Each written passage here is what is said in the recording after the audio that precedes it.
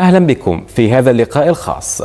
بلا أدنى شك يمر منحنى العلاقات المصرية الأمريكية صعودا وهبوطا منذ بدء الثورة وحتى الآن. يرى المتفائلون أنها مجرد مطبات صناعية بين الأصدقاء، فيما يرى المتشائمون أنها لن تعود كما كانت، أو ربما علاقة محايدة كما قيل من قبل، ليست عدوا ولا حليفا.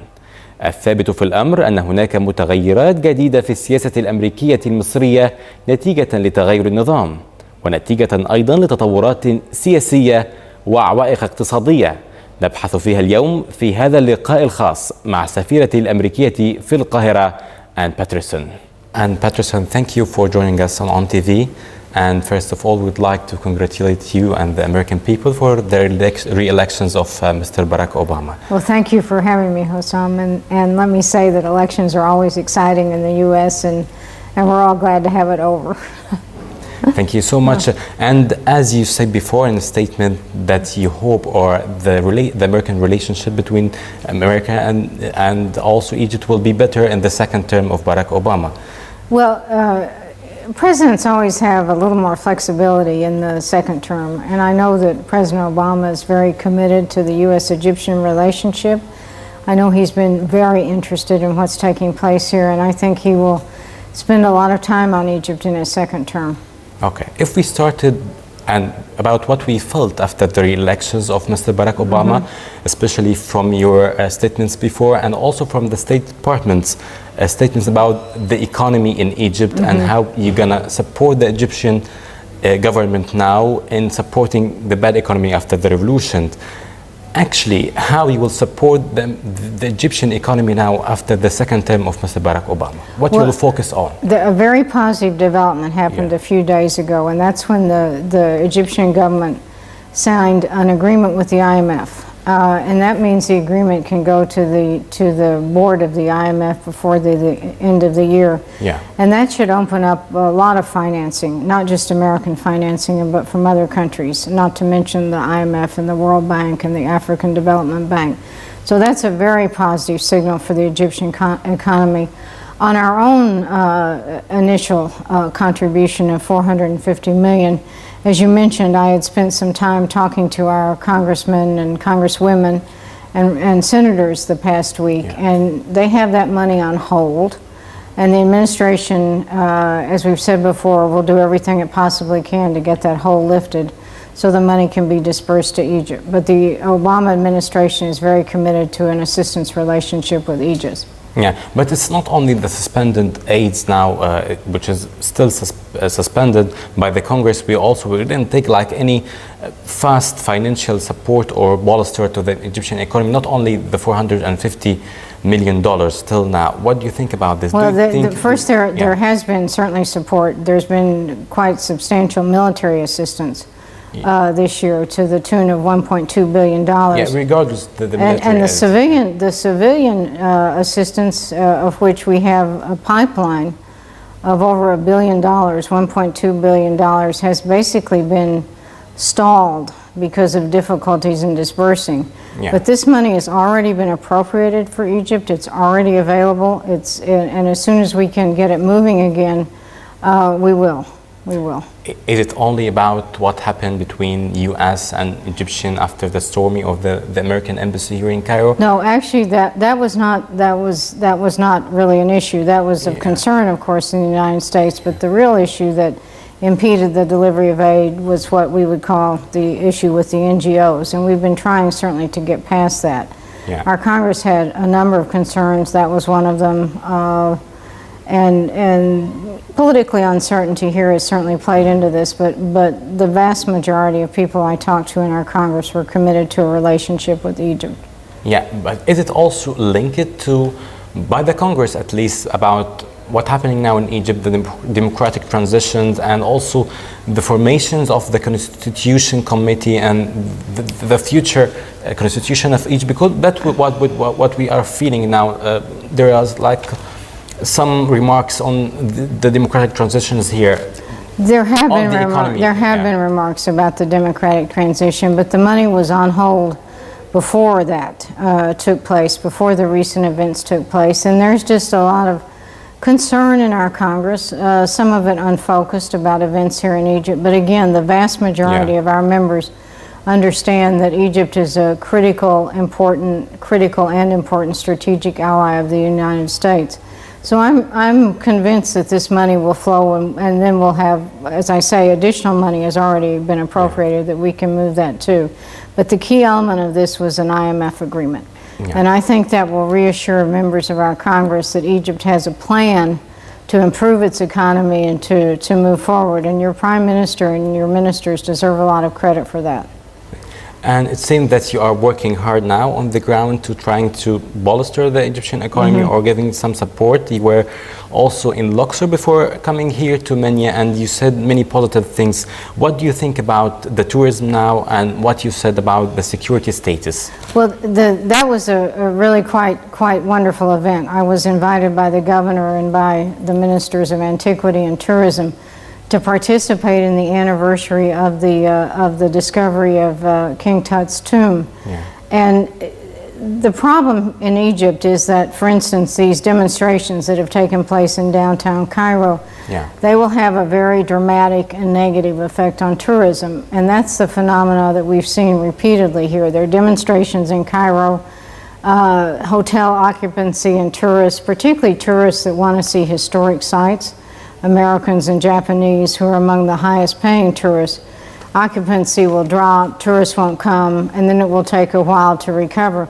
But places like Luxor, where obviously you have some of the most important historic sites on the planet, are quite safe. And I feel very comfortable encouraging American tourists to visit those sites and see these incredible sites in Egypt for themselves.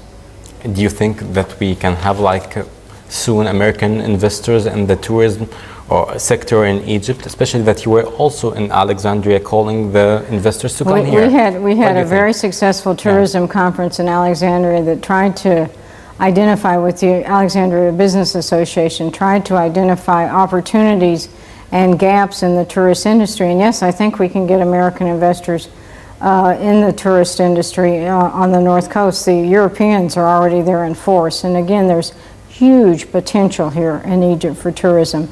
We're trying to refocus our AID program on two sectors, tourism and agriculture, where the opportunity for job creation is the best.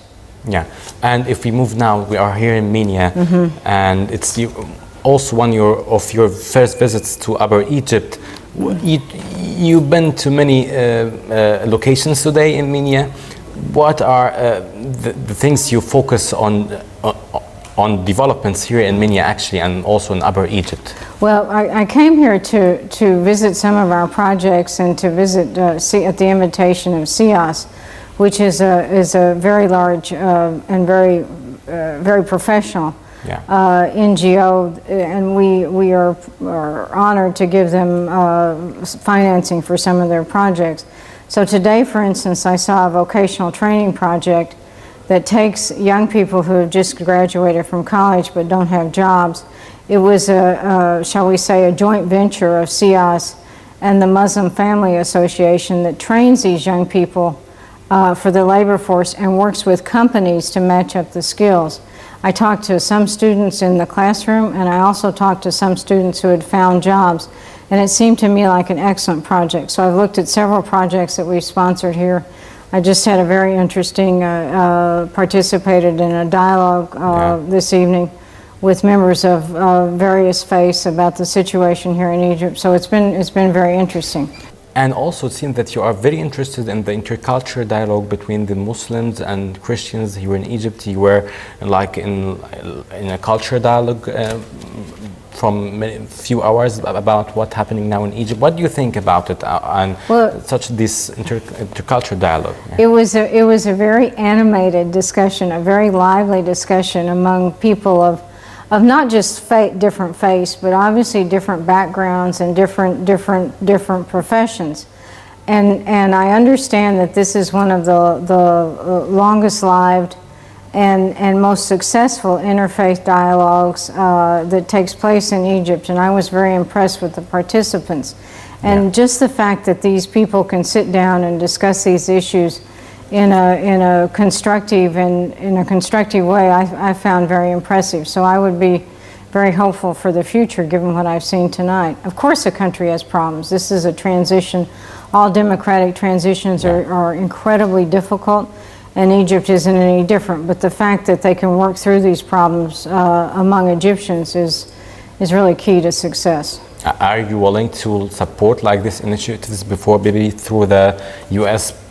aid? We have been supporting it. We've been supporting this particular initiative, given modest amounts of financing, and we're supporting a number of other similar initiatives that encourage dialogue, that encourage, for instance, we have a very interesting project in another part of the country that encourages young people to learn about governance and deal with the problems in their community, whether it's water or school problems or that sort of thing. Teach them about civic engagement. And actually that's what we need most after the revolution. And let me now move to the political side. We cannot ignore what's happening now in Egypt and in downtown and also in everywhere. As you witnessed also in Minya, as you're coming here to the hotel, what do you see about the latest circumstances and the latest President Mohammed Morsi constitutional decree? What do you think about it? Well, we issued a statement, the U.S. government issued a statement on that a couple of days ago. And as we said, one of the concerns, of course, is excessive concentration, and one of the concerns conveyed by Egyptians, not just by members of the international community, is excessive concentration of power in the hands of one person. That was obviously a motivation for the revolution, and we have always urged the government to have a government and the participants to have an inclusive constitution that protects individual rights. That's in accordance with Egypt's international obligations, and we hope this current difficulty will be resolved by negotiation and dialogue among the parties, because of course it's very worrisome to have demonstrations and riots in the streets. Also, the State Department called it like a sweeping power of President Mohammed Morsi, and also that's what made many political powers here, and especially from the liberal side, calling United States for more condemned. As Mr. Mohammed al-Baradei said, Dr. Mohammed al-Baradei said today, he is calling U.S. and the European countries for a real condemn. What do you think of this? Well, I think we've put out a statement. We've commented on this. People are always. Statement, sorry, it was about concerns and. It's about concerns because again, we are concerned about the excessive concentration of power, but it's up to Egyptians to resolve this sort of thing. It's not up to the United States. Egyptians are going to have to negotiate. They're going to have to engage in dialogue. They're going to have to work out these problems without reference to the United States. We are concerned. We are concerned about excessive concentration. We are concerned that the Constitution drafting process, at least temporarily, seems to be derailed. And it's extremely important for Egypt to get back on the path to a constitution and parliamentary elections and complete the democratic transition.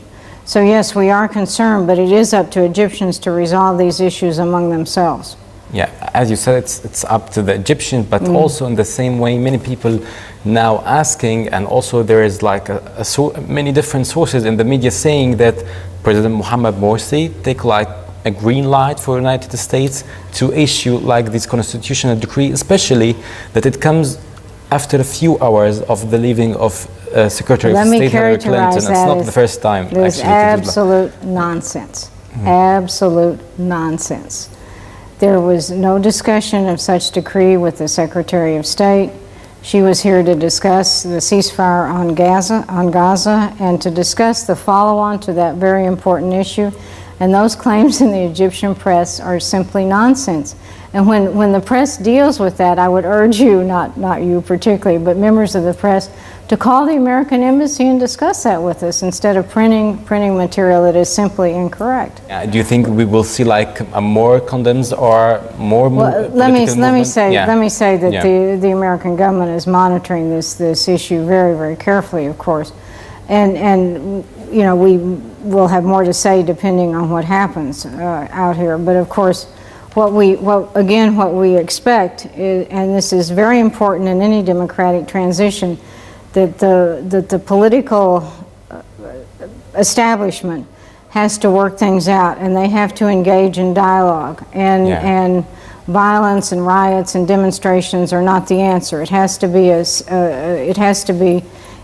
be dialogue and work through the political process. Actually, I'm asking you these questions because many people now put the responsibility on the United States. They are saying that you supported the Islamic government here in Egypt, regardless of all the human rights violations that happened the recent days. So that's why I was asking. Well, we supported the democratic transition in Egypt. I think the United States policy on this has been absolutely crystal clear. That we supported the democratic transition in Egypt. And of course we're concerned, as I said, about excessive concentration of the powers in one person. But again, this is a subject, this is an issue that Egyptians have to resolve. It's not the fault of, or it's not the fault of the United States. So Egyptians have to engage in dialogue. That's the most essential element of democracy, that people have to work out their own problems. Also related to the political arena or what's happening today, we see like also a violence happened today in Sinai, and also, as you know, many Israeli sources said that there are going to be like an American troops will come to Sinai, and it was also a part of the agreement of ceasing fire between Israel and the Hamas. That's what they are saying. So we ask that too is nonsense. Let me unequivocally characterize that as nonsense as well. And I think somebody from the Egyptian government said that too. There is, of course, a multilateral force in Sinai that has been there for decades, of which there are some American participants, Colombians, Fijians, Norwegians, a whole range of nationalities. 14 countries, I guess. 14 countries, I can't remember how many, but a large number of countries. There are no deployments of American troops in the Sinai. Again, that's just nonsense, and I would urge the press, when they hear these reports, to call the American embassy and inquire about them. What do you think about the second term of Mr. Barack Obama? What will be the priority, the next priorities of the American-Egyptian relationship during the next 4 years? Well, I think, again, our priorities here have been, I don't think they'll change from the first Obama administration. They've been to support the democratic transition, which I think we've done really without any hesitation. They're to support Egypt's economy, and I think that's on a pretty good path right now with the signing of the IMF agreement. Thank you so much, Thank you. Ambassador. Thank you, Hassan. Thank you for joining us, and we hope to meet you again. Thank you.